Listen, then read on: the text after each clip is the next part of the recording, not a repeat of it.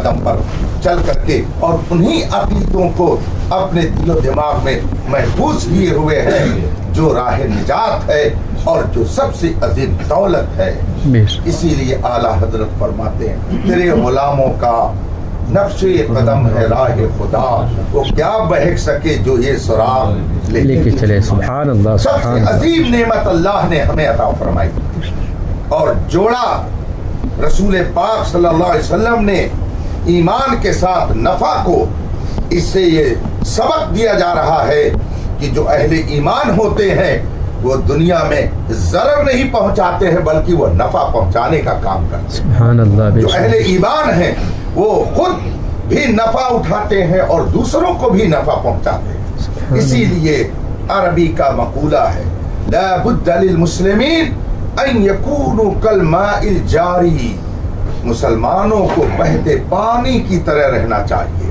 پانی اگر اپنی جگہ پہ ٹھہر گیا اور کچھ دن تک وہ رکا رہا تو اس میں بو پیدا ہو جائے گی، اس میں کیڑے پیدا ہو جائیں گے، اس میں گندگی پیدا ہو جائے گی.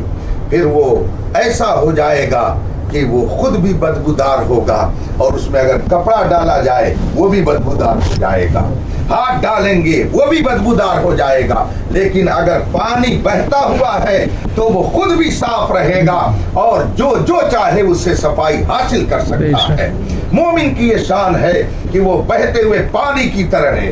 ہمارے اسلاف بہتے ہوئے پانی کی طرح تھے. خواجہ غریب نواز ایک عظیم اپنے ملک اور اپنے بہترین وطن کو چھوڑ کر کے مائے جاری کی طرح چلے اور ہندوستان میں آئے تو جدھر نگاہ فرما دی تاریخ دلوں کو روشنی بخش دی اور جو گندگی میں ملوث تھے انہیں طیب و طاہر فرما دیا. سبحان اللہ. بزرگوں کی سیرت مبارکہ اس بات کا سبق دیتی ہے کہ اہل ایمان دنیا میں نفع پہنچانے کے لیے، بلکہ سچی بات یہ ہے کہ دوسروں کو بھی اگر رزق ملتا ہے تو اہل ایمان کی برکت ہی سے ملتا ہے. سبحان اللہ. قیامت اس وقت تک نہیں آئے گی جب تک ایک بھی صاحب ایمان اس زمین پر باقی رہے گا.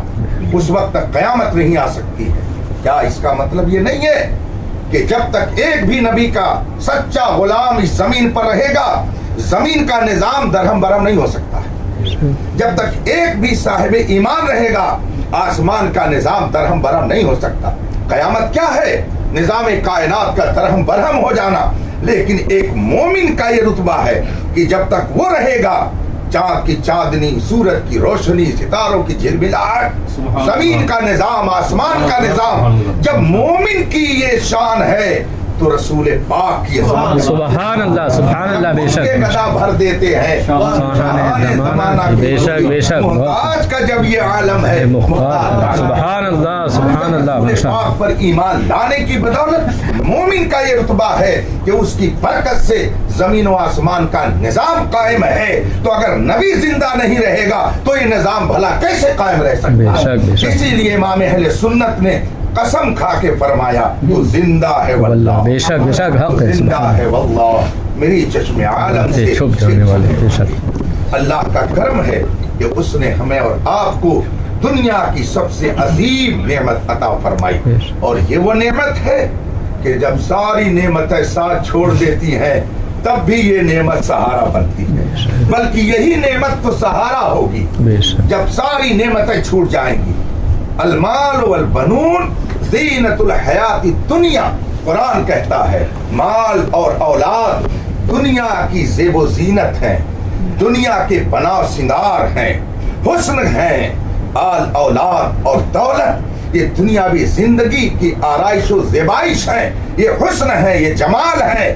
لیکن آدمی جب آنکھ بند کرتا ہے یہ سارا حسن و جمال یہیں رہ جاتا ہے.